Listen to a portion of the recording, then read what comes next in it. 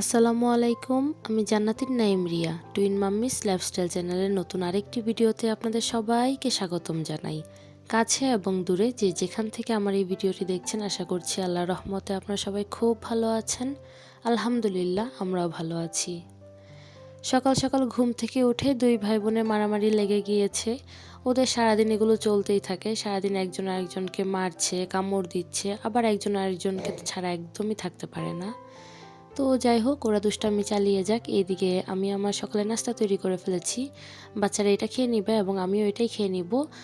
এখানে আজকে আমি ডিম দিয়ে নুডলস রান্না করেছি, সাথে সবজি হিসাবে দিয়েছিলাম পেঁয়াজের কলি এবং গাজর।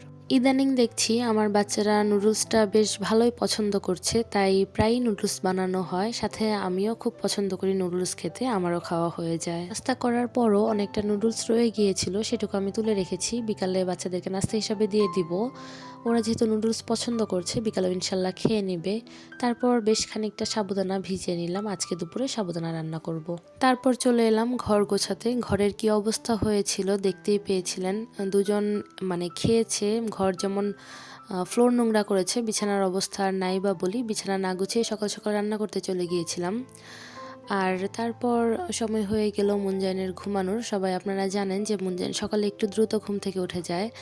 যদিও শীতকাল, তারপরও ও একটু সকালে 7টা সাড়ে 7টার মধ্যে ঘুম থেকে উঠে যায়, তাই 11টা বা 12টার দিকেও আবার একটু ঘুমায়। তো এখন প্রায় 11:15 বাজে। আমি একটু ঠান্ডা ভাত ভেজে নিয়েছিলাম, সাথে কিছু পেঁয়াজ কলি ব্যবহার করেছি। আমার সবগুলো কিন্তু কাঁচামরিচ না। তো বাবুকে ঘুম পাড়াচ্ছিলাম, সাথে আমিও খেয়ে নিচ্ছিলাম। বলতে পারেন যে বাবু ঘুমানোর পরে তো খেতে পারেন। বিশ্বাস করেন, তখন প্রায় 11:15 বাজে। আমার এত বেশি ক্ষুধা লেগে গিয়েছিল যে আমি কি বলবো, আমি আর সহ্য করতে পারছিলাম না। তো বাবুরও অনেক ঘুম পেয়ে গিয়েছিল, তাই দুটো কাজ একসাথেই সেরে নিচ্ছিলাম। তো বাচ্চাকে ঘুম পাড়ানোর পর আমি এদিকে ফ্লোর কিন্তু ভালোভাবে পরিষ্কার করে নিয়েছি। ঘর মোটামুটি ভালোই পরিষ্কার করে ফেলেছি। রুমের ফার্নিচারগুলো ভালোভাবে মুছে নিয়েছিলাম। আমি যেহেতু গ্রামের বাড়িতে থাকি, এখন যদিও শীতকাল, তারপরে কিন্তু বেশ ধুলা হয়। ফ্যান ছাড়লে তো আরও বেশি ধুলো হয়, আর শীতকালে তো বাইরে অনেক ধুলোবালি থাকে, সেই জন্য শীতকালেও কিন্তু ঘর ভালোই নোংরা হয়। তো যাই হোক, বাচ্চাদের জ্বালায় মাঝে মাঝে দেখা যায় ওরা যে কাপড়গুলো নোংরা করে, সেই নোংরা বালতিটাও আমাকে ওয়ার্ড্রোপের উপর তুলে রাখতে হয়। এখন যেহেতু বাবু ঘুমিয়ে গিয়েছে, আমি এই এক বালতি কাপড় চোপড় ধুয়ে দিব। এখানে বাচ্চাদের কাপড় চোপড় আমি এই বালতিতেই সব কিছু একবারে জমিয়ে রাখি। মোটামুটি কয়েক ঘন্টা জমানোর পর তারপর ধুয়ে দিই। একটা একটা করে ধুতে গেলে দেখা যায় সম্ভব হয় না, তাই বেশ অনেকগুলো জমে যাওয়ার পরে ধুয়ে দিই। তো ওইদিকে আম্মু মুত্তাকিনকে নিয়ে রোদে বসেছিল। ছেলে ওইদিকে রোদ পোহাচ্ছে, আমি একটু ভিডিও করে নিলাম, ওরা কেউ জানে না।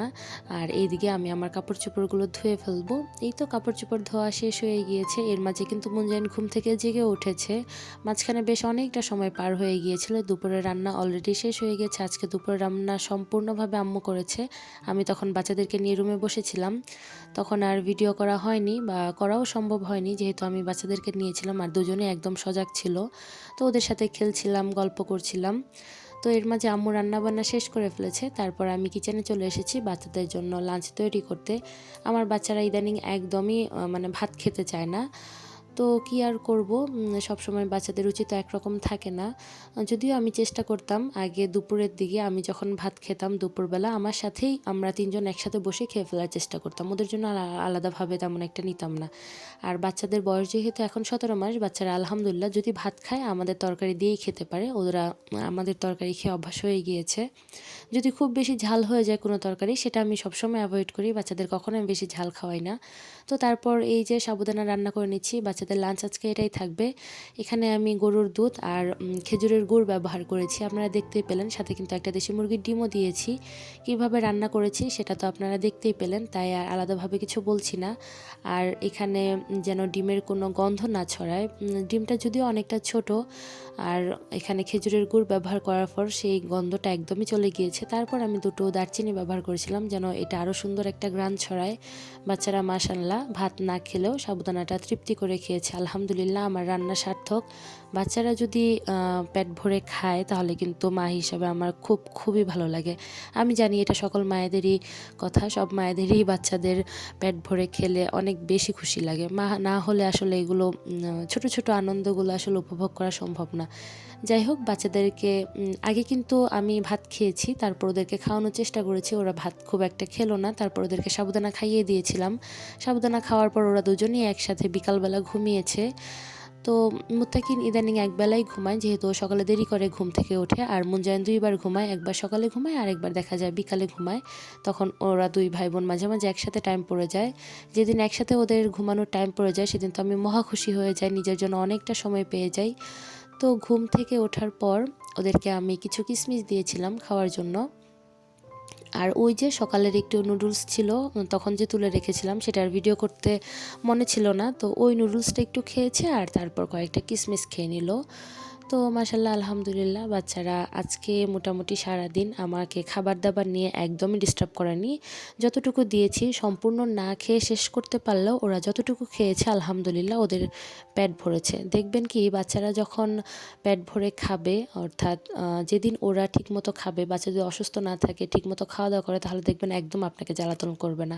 তো আমার বাচ্চাদের ক্ষেত্রেও তাই, ওরা যেহেতু আজকে ঠিকঠাক মতো খাওয়া দাওয়া করেছে, সারাদিন আলহামদুলিল্লাহ আমাদের ভালোই লেগেছে এবং খুব ভালো কেটেছে, খুব একটা জ্বালায়নি।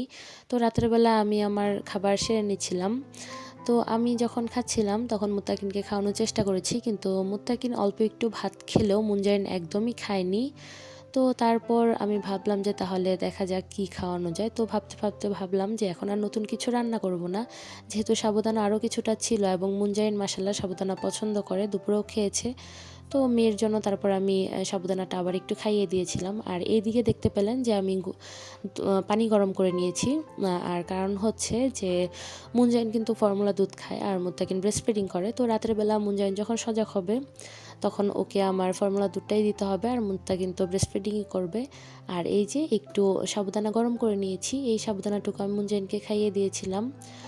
আর আরেকটা কথা বলি, যেহেতু আমার টুইন বেবি, দুজনকে ব্রেস্ট মিল্ক দিয়ে আসলে শুরু থেকেই হচ্ছিল না, সেই জন্য মুনজারিনও খুব একটা ব্রেস্ট মিল্ক টেনে খেতে পারতো না, ওরা যেহেতু প্রিমেচিউর বেবি ছিল।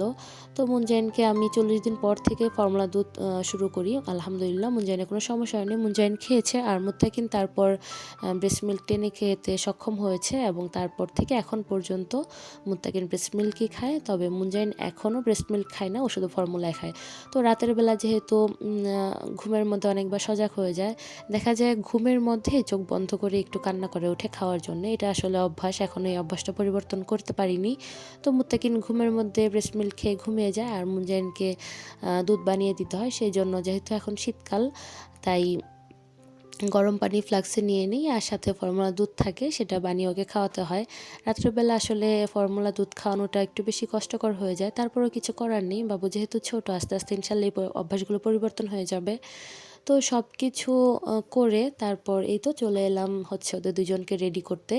রাতের বেলা দেখা যায় আমি ওদেরকে ফুল স্লিভ জামা পরাই আর মোটা একটা পায়জামা পরাই। এর কারণ হচ্ছে বাবুরা ঘুমের মধ্যে অনেক সময় দেখা যায় কি কম্বল ফেলে দিচ্ছে। আসলে সব সময় তো সজাগ থাকা সম্ভব না, আমাদেরও ঘুমাতে হয়, মা হয়েছি তাই বলে তো মানুষ, ঘুমাতে তো হবেই। তো সেই জন্য বাচ্চাকে ফুল স্লিভ জামা এবং পায়জামা পরিয়ে দেই, যেন কম্বল সরিয়ে দিলেও বাচ্চার জন্য খুব বেশি ঠান্ডা না লাগে।